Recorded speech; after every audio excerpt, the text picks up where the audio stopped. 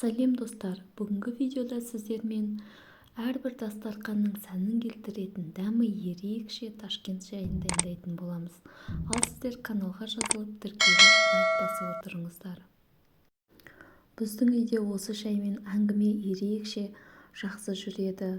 Телефонды ұмытып, бір-бірімізге көңіл бөліп отырамыз.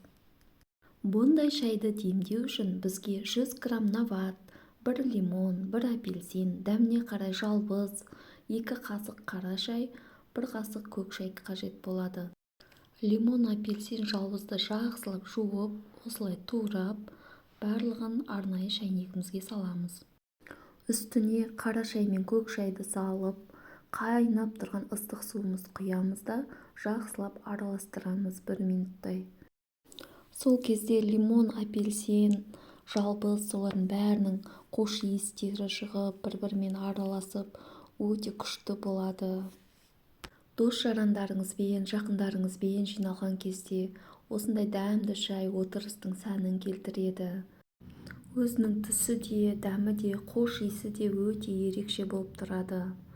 Кесеге құйғанда да әдемі көрінеді.